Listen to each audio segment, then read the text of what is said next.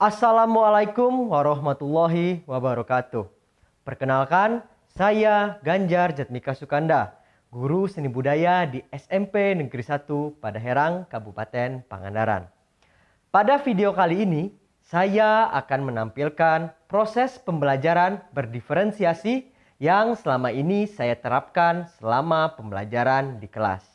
Saya meyakini bahwasanya setiap manusia memiliki kelebihan maupun kekurangannya masing-masing. Termasuk juga para peserta didik yang selama ini saya ajar. Mengutip kata-kata Ki Hajar Dewantara, meskipun mengenyam pendidikan di tempat yang sama dan dididik oleh guru yang sama, tentunya setiap murid punya jalannya sendiri-sendiri. Sehingga kita sebagai pendidik tidak bisa serta-merta menyamaratakan seluruh kemampuan dan minat yang peserta didik miliki. Jika Bapak dan Ibu guru berpikir melaksanakan pembelajaran berdiferensiasi itu sulit, ribet, dan banyak memakan waktu, itu salah besar. Justru melalui pembelajaran berdiferensiasi ini, kita sebagai tenaga pendidik akan lebih mudah untuk memetakan dan menilai hasil kerja peserta didik sesuai dengan kemampuannya masing-masing. Sehingga ke depannya kita bisa dengan mudah mengenali serta mengarahkan potensi yang dimiliki oleh peserta didik. Di dalam berkesenian, khususnya seni rupa, peserta didik di jenjang SMP kelas 7 masih banyak dikategorikan belum mampu untuk menggambar sesuai dengan proporsinya. Hal ini disebabkan salah satunya adalah ketika berada di jenjang SD, peserta didik belum mendapatkan materi secara spesifik mengenai menggambar secara proporsional. Hal ini terkonfirmasi ketika saya melakukan wawancara terhadap salah satu guru SD di dekat lingkungan sekolah. Beliau mengatakan memang betul ketika SD peserta didik hanya diberikan materi dasar mengenai menggambar.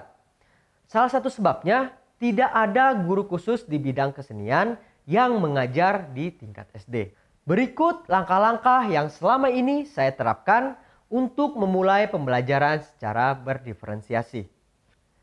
Pertama, saya akan melakukan asesmen kemampuan peserta didik, baik itu secara pemahaman teori maupun kemampuan berkeseniannya. Pada kemampuan berkesenian, saya akan mengasesmen kemampuan peserta didik dalam menggambar alam benda. Proses asesmen dilaksanakan di awal pembelajaran menggunakan LKPD yang sudah saya persiapkan. Kedua, melalui asesmen, saya akan memetakan kemampuan peserta didik menjadi 3 tingkatan, yaitu mampu, kurang mampu, dan belum mampu. Selain itu, saya juga mencari tahu masalah yang dihadapi oleh peserta didik yang dikategorikan belum mampu melalui wawancara terhadap peserta didik, orang tua peserta didik, ataupun ke guru sejawat yang sebelumnya mengajari peserta didik tersebut. Ketiga, saya menyusun perangkat pembelajaran dengan menandai indikator pembelajaran menjadi 3 tingkatan indikator sesuai dengan pemetaan kemampuan peserta didik yang sebelumnya sudah disusun. Keempat, saya menyiapkan media pembelajaran yang dibutuhkan untuk menunjang pembelajaran di kelas, yaitu media pembelajaran berupa objek asli yang akan digunakan peserta didik untuk praktik menggambar, tablet, smartboard, tampilan PowerPoint, dan pembuatan video pembelajaran yang akan dijadikan acuan bagi peserta didik untuk belajar di kelas maupun di rumah.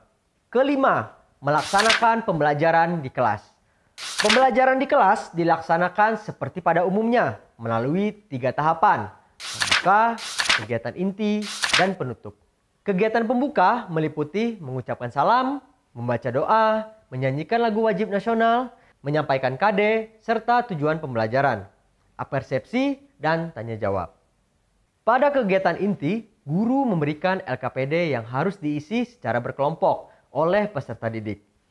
Membagikan kelompok yang berisikan peserta didik dengan kategori mampu, kurang mampu, dan mampu.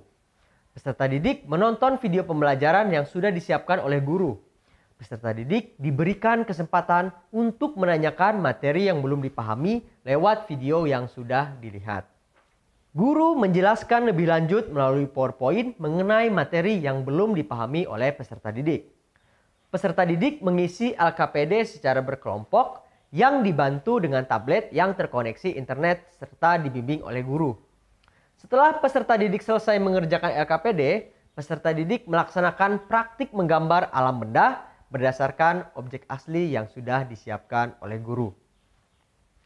Praktik menggambar dilaksanakan oleh masing-masing siswa secara berkelompok.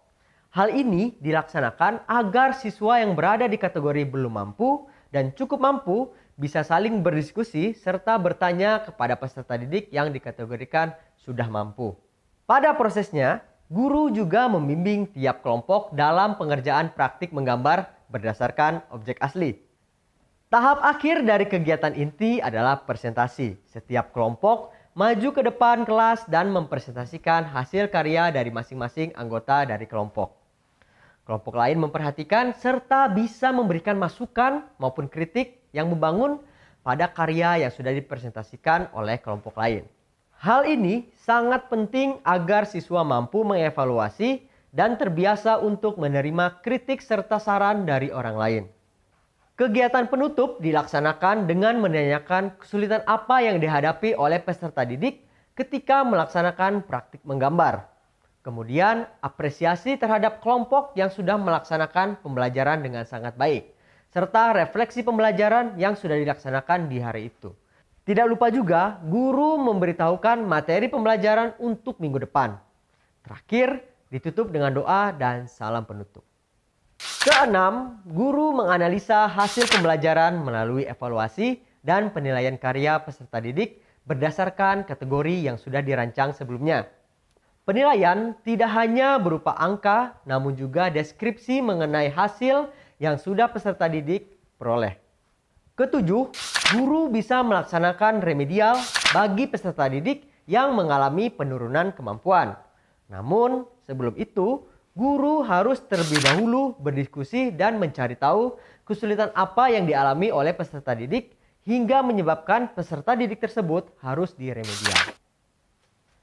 Kedelapan, bagi peserta didik yang terlihat memiliki bakat serta potensi di bidang seni rupa, kedepannya akan diberikan materi pelajaran dengan tingkat yang melebihi temannya. Hal ini dilaksanakan agar peserta didik tersebut bisa terus meningkatkan potensinya serta bakat yang dimilikinya. Selain itu, peserta didik tersebut bisa juga dipilih untuk mengikuti perlombaan menggambar mewakili sekolah. Jika peserta didik tersebut diberikan materi dengan tingkatan yang sama seperti teman-teman yang lain, bisa dipastikan kemampuannya tidak akan mengalami perkembangan. Selain itu, peserta didik tersebut juga bisa dijadikan sebagai mentor atau membantu temannya yang dikategorikan belum mampu menggambar dengan baik, agar bisa meningkatkan kemampuan temannya. Pada pembelajaran berdiferensiasi, khususnya di mata pelajaran seni budaya, akan sangat memudahkan guru dalam memetakan kemampuan, minat, serta bakat peserta didik. Sehingga guru akan mampu mengarahkan peserta didik sesuai dengan potensi yang dimilikinya. Melalui pembelajaran berdiferensiasi ini, guru akan mampu mewujudkan merdeka belajar berdasarkan pemikiran Ki Hajar Dewantara. Ing arsa sentolodo, ing madya mangunkarsa tuturi handayani. Atau di depan seorang pendidik harus memberikan teladan yang baik, di tengah atau di antara murid guru harus menciptakan prakarsa dan ide, dari belakang seorang guru harus memberikan dorongan dan arahan. Cukup sekian video kali ini, terima kasih atas perhatiannya. Saya Ganjar Jatmika Sukanda dari SMP Negeri 1 Padaherang, Kabupaten Pangandaran. Wassalamualaikum warahmatullahi wabarakatuh.